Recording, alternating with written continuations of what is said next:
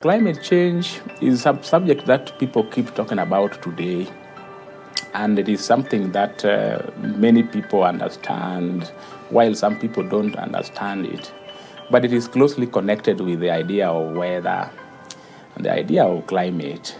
If you look at weather, for example, we talk about the changes in those parameters like rainfall, temperature, and humidity, oftenly within a short time, like a day or so. But then climate would be average weather conditions of a place, which is considered over some time. And so those kind of elements that we talk about weather are the same ones that we use to describe climate change, like temperature, humidity, air pressure, the cloudiness, wind, and precipitation. We talk about rain and even snow and all that.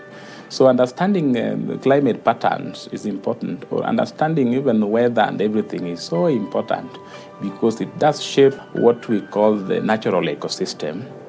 And ecosystem comprises of a great deal of things. The human economies depend on it and everything. And what we know up to now is that, and we have this from various evidence sources. So initially, look at the weather and even climate and all this. We used to have what people could describe as more or less stable climate. But currently, the climate that we are experiencing is very dynamic, very prone to variability and also change. And future climate is not even predictable because we have so many people predicting that what is likely to happen in the next 20 years, in the next 30 years or so. So we also have predictions. But then if you go into records, you check to what extent are predictions that people have made, be they scientists or lay people, have they materialized? So we are living in a world of uncertainty with regard to climate change. And this climate change we keep talking about, the science, pure science, has been able to attribute it to a number of factors. We have the natural factors, and then we have the human factors.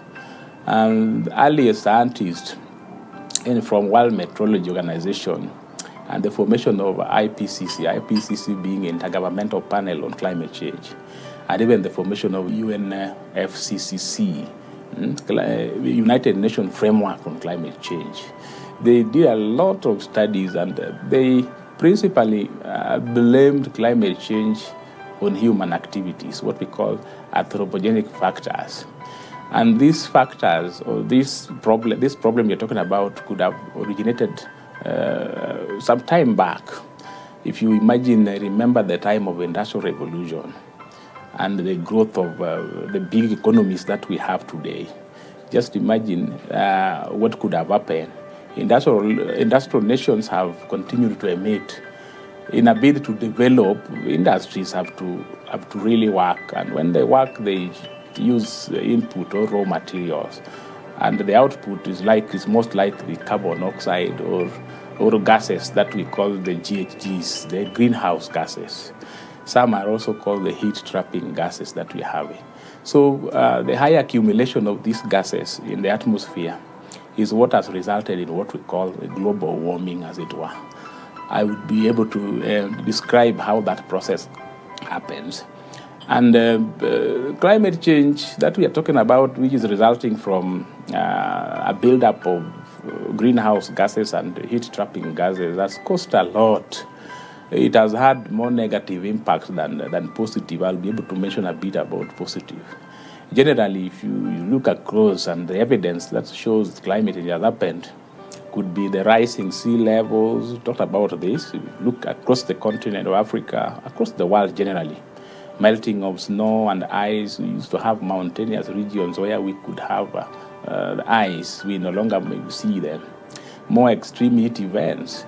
Even in countries of the world that was not within the tropics, nowadays experience heat events. Even countries that were largely on tropics sometimes today experience wet situations. You can only attribute it to that.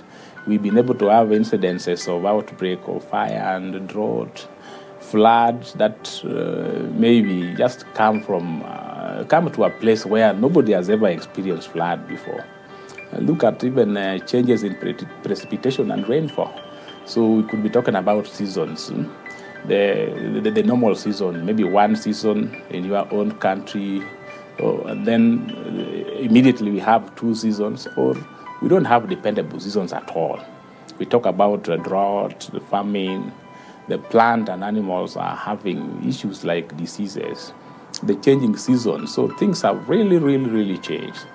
So climate change affects both human beings in terms of human health, and affecting forests, affecting aquatic life, even agriculture and agricultural production. It also affects the freshwater supplies.